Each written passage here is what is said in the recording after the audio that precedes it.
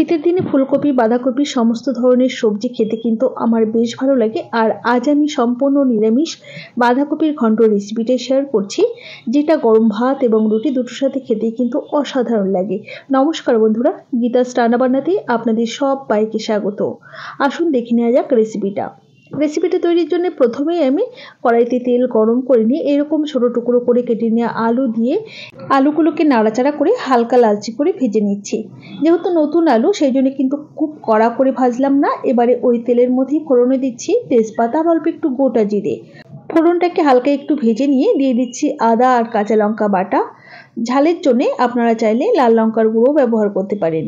একটু নাড়াচাড়া করে নিয়ে এর মধ্যে ওই হাফ টিস্পুন করে জিরে গুঁড়ো, ধনে গুঁড়ো, সামান্য একটু কাশ্মীরি লঙ্কার গুঁড়ো রঙের জন্য, পরিমাণ মতো হলুদ গুঁড়ো আর একটা বড় সাইজের টমেটো কুচি, স্বাদ মতো লবণ দিয়ে মশলাটাকে বেশ সুন্দর করে কষিয়ে নিতে হবে।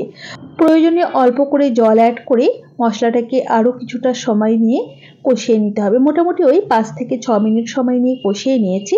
এবারে দিয়ে দিলাম কেটে রাখা বাঁধাকপি। যেহেতু শীতের সিজন চলছে, এই সময়তে আমি বাঁধাকপি কিন্তু কোনো রকম ভাপিয়ে নিই না। তো দেখুন, কাঁচা বাঁধাকপিটাই কিন্তু মশলার মধ্যে দিয়ে দিয়েছি আর একটু নাড়াচাড়া করে মিশিয়ে নেওয়াতেই কিন্তু বাঁধাকপি অনেকটাই কিন্তু টুটে গেছে। এখন আমি ঢাকা দিয়ে মোটামুটি ওই মিনিট 5 রান্না করে ঢাকাটাকে ওপেন করলাম। বাঁধাকপি থেকে যে জল ছাড়বে এতেই কিন্তু বাঁধাকপি খুব সুন্দর সুসেদ্ধ হয়ে যাবে। এবারে এর মধ্যে ভেজে রাখা আলুর টুকরোগুলো দিয়ে নাড়াচাড়া করে খুব ভালোভাবে মিশিয়ে নিচ্ছি আর গ্যাসের ফ্লেমটা কমিয়ে রেখে ঢাকা দিয়ে মোটামুটি ওই মিনিট 10 রান্না করে নেব।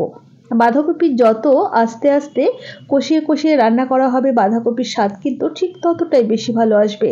তো মোটামুটি মিনিট 10 পরেই আমি ফিরে এসেছি। ঢাকাটাকে ওপেন করে নাড়াচাড়া করে নিলাম আর বাঁধাকপি কিন্তু কড়াইতে লেগে লেগে যাচ্ছে, পুড়ে পুড়ে যাচ্ছে।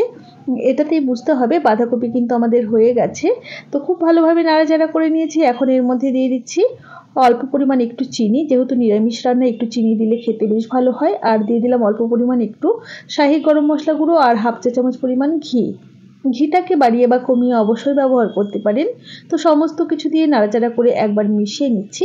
দেখুন, তৈরি হয়ে গেছে আমাদের দারুণ সুস্বাদু সম্পূর্ণ নিরামিষ বাঁধাকপির ঘন্ট। রেসিপি কেমন লাগলো অবশ্যই জানাবেন। ভালো লাগলে লাইক ও শেয়ার করে পাশে থাকার অনুরোধ রইল। তাহলে আজ এই পর্যন্তই। সকলে ভালো থাকবেন, সুস্থ থাকবেন। হাজির হয়ে যাব নতুন কোনো রেসিপি নিয়ে। ধন্যবাদ।